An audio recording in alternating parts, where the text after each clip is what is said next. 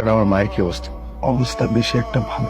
আসলে আপনার মার খাদ্য নালীতে একটা সমস্যা হয়েছে, যেটা ইমার্জেন্সি অপারেশন করতে হবে। আর সেটা যদি এখন অপারেশন না করা হয়, সেটা আস্তে আস্তে ক্যান্সারে পরিণত হবে। আপনার মাকে বাঁচানো আর সম্ভব হবে না।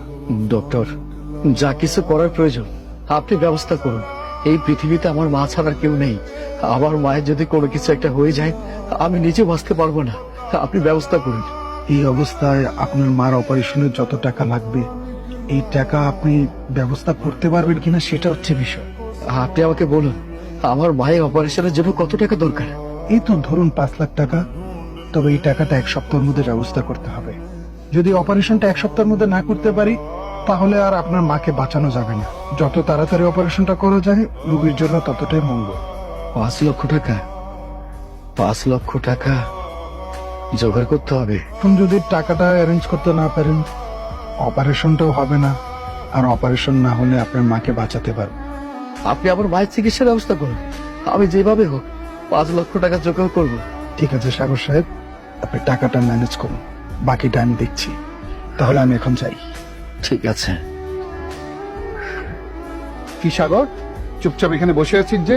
শুনলাম তোর মার নাকি অনেক বড় একটা অসুখ হয়েছে, অপারেশন করতে অনেক টাকা লাগবে, আর এই টাকার জন্য নাকি তুই বিভিন্ন জায়গায় ছুটে বেড়াচ্ছিস। হ্যাঁ চাচা, আপনি একদম ঠিক কথা শুনেছেন। আমার মা অনেক অসুস্থ, মায়ের চিকিৎসার জন্য অনেক টাকা দরকার। আপনি তো ভালো করে জানেন এই পৃথিবীতে আমার মা ছাড়ার কেউ নেই। আমি আমার মায়ের চিকিৎসার জন্য অনেক জায়গায় গিয়েছি, কিন্তু কেউ আমাকে টাকা দেয়নি। তাই আমি সিদ্ধান্ত নিয়েছি আমাদের যে বাড়িটা আছে, এই বাড়িটা আমি বিক্রি করে দেব। কিন্তু এই টাকা দিয়ে মায়ের চিকিৎসাটা হবে না। সেটা শুনেই তো আসলাম। আরে তোরে কতবার বললাম তুই আমার মেয়ে অথইকে ভুলে যা, তুই আমার কথা শুনলি না। তাই তোকে শেষবারের মতো একটা অফার করতে আসলাম। তুই যদি আমার মেয়ে অথইকে ভুলে যাস, তাহলে তোর মার অপারেশনের টাকার জন্য আর মানুষের দাঁড়ে দাঁড়িয়ে করতে হবে না। চাচা, আপনি এসব কি বলছেন? আপনি আমার ভালোবাসাকে টাকা দিয়ে কিনতে চাচ্ছেন? না, তুই যদি মনে করিস তোর ভালোবাসাকে আমি টাকা দিয়ে কিনতে আসছি, তা না। আমি আবার সম্মানকে টাকা দিয়ে কিনতে আসছি। তার কারণ অতই আমার একমাত্র মেয়ে, আর আমার মেয়ে যদি একজন চাষার ছেলেকে বিয়ে করে, তাহলে এলাকায় আমার মান সম্মান কিচ্ছু থাকবে না। এখন তুই বল, এই তোর সামান্য ভালোবাসার জন্য তোর মাকে মৃত্যুর দিকে ঠেলে দিবি? আরে যে মা তোকে জন্ম দিয়েছে, 10 মাস 10 দিন গর্ভে ধারণ করেছে, কত কষ্ট করে তোকে লালন পালন করে বড় করেছে, তুই কি সেই মার মৃত্যু চাস? আরে কয়দিনের ভালোবাসার জন্য তুই তোর মাকে মেরে ফেলতে চাস? এখন তুই বল, তুই কোনটা চাস? তোর মাকে চাস নাকি তোর ভালোবাসাকে চাস?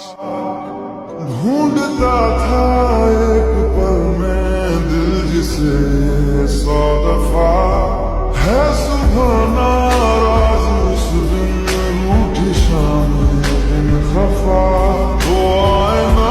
ভালো করে ভেবে দেখ, তুই যদি তোর ভালোবাসাকে ছেড়ে দিস, তাহলে সে কিন্তু মরবে না, সে বরং তোর চেয়ে অন্য জায়গায় গিয়ে ভালো থাকবে। কিন্তু তুই যদি তোর মার চিকিৎসা না করাস, তাহলে তোর মাকে চিরতরে তুই হারাবি, তোর মার মুখ আর তুই দেখতে পারবি না। রফিক, চল। চাচা চাচা, আপনি কোথাও যাবেন না। আপনি যা বলেছেন তাই হবে। আপনি শুধু আমার মায়ের চিকিৎসার জন্য যা টাকা দরকার সব টাকা দিয়ে দেবেন। আমি কথা দিচ্ছি, আমি অথৈকে ভুলে যাব। আমি কোনোদিন অথৈকে বলবো না যে আমি তোমাকে ভালোবাসি। আপনি কোনো চিন্তা করবেন না। আমি কোনোদিন অথের সামনে যাব না। আর যদি কোনোদিন অথের সাথে আমার দেখা হয়, কথা হয়, আমি ওকে একটা কথাই বলবো, আমি তোমাকে ভালোবাসি না। তাহলে আমি তোর মার সব চিকিৎসা খরচ বহন করি।